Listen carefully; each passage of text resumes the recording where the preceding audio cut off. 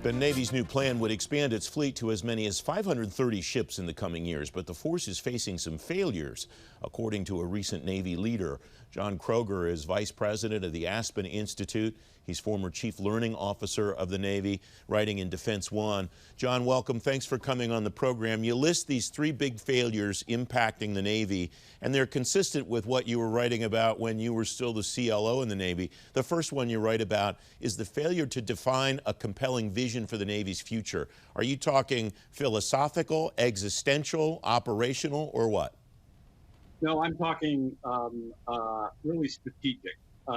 Every administration has an obligation to plan the future Navy, to decide what kind of Navy we're going to need 5 or 10 years from now, and to put us on that trajectory. And over the last 4 years, we've failed to do that. We're still operating under a force assessment plan that was written during the Obama administration. And however strong that plan might have been, a lot has changed in the last 5 years. There's been major changes in technology and the rise of Chinese naval power. And in response to that, we simply have not crafted a new compelling vision for the Navy. A plan was drafted, it was shelved. A shipbuilding plan was due in Congress over a year ago. It hasn't arrived. And that kind of drift is really dangerous in national security. You write in this piece, to fix these problems, and we'll talk about the other two in turn, the Navy needs to implement a series of fundamental reforms, and one of them that you encourage is a joint Navy-Marine Corps think tank where we're drawing in leaders from all across the landscape, academia and the private sector and so on.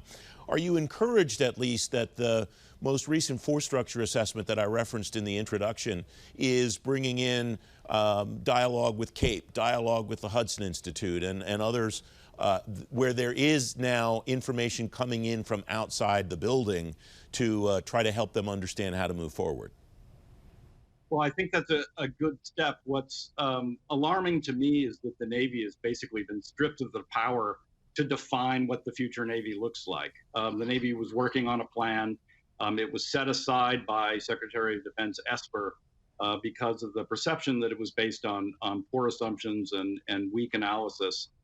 That just shows that something has gone badly wrong when the Navy is no longer allowed to plan the Navy's future. It shows to me that we need to have a stronger strategic capability in the Department of the Navy to help us define what kind of Navy we need and draw on the experts who are actually in the Navy to figure out what that is. The second failure that you write about is the failure to reform what you call a badly broken ship design and acquisition system. And you reference the Ford, the Zumwalt, the LCS. Ford construction, I note, began in 2005. Zumwalt construction began in 2009. The DDG-1000 launched in 2013. The first LCS was commissioned in 2008. These are long-standing design and acquisition problems, John. How long should it take to turn that around? You know, the simple matter is these problems have been long-standing, and yet over the last 4 years under this administration, we haven't made any fundamental changes to our shipbuilding planning and acquisition process. Obviously, the last 3 major shipbuilding programs, which you referenced, have been widely criticized. You know, the Zumwalt program, for example, was canceled. We didn't build 30 ships, we built 3, and they were extraordinarily expensive. And we canceled them because the ships simply don't achieve any strategic mission for our country.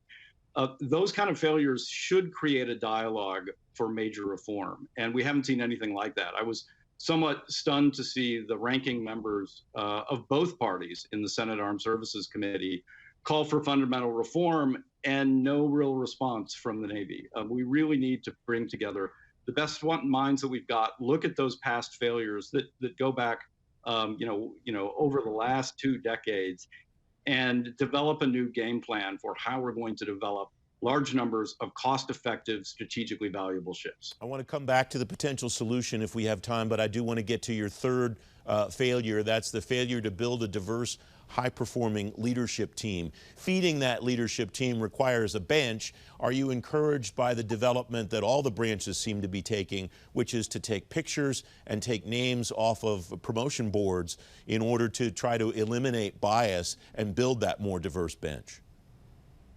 Well, I think that everyone is taking steps They're probably overdue, but they're to be encouraged. What worries me most, though, is the political leadership in the Department of Defense. If you look at the branches of the services and the secretaries, undersecretaries, assistant secretaries, the department is run overwhelmingly by white men, and we're turning away, turning our backs on the great strength and diversity of the country. We have national security experts of both genders. We have national security experts across the spectrum of race and ethnicity.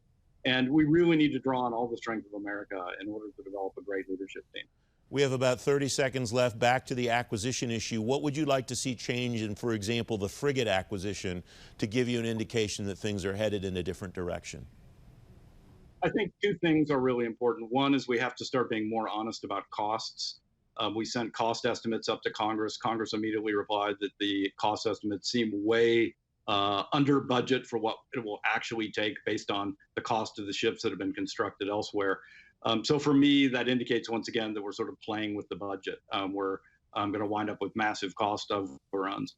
More important, I think, is that we need to be more sophisticated about the risk that comes from incorporating multiple technologies that haven't been tried into our vessels. The Ford is an interesting example, right? We decide to incorporate many brand new technologies into the ship, and we assume that they will all come to fruition on time, on schedule, on cost. That's not how technology works.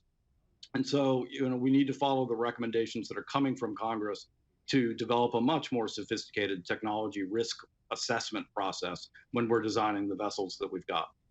John Kroger, thanks very much for joining me. I appreciate your time. I really appreciate being here.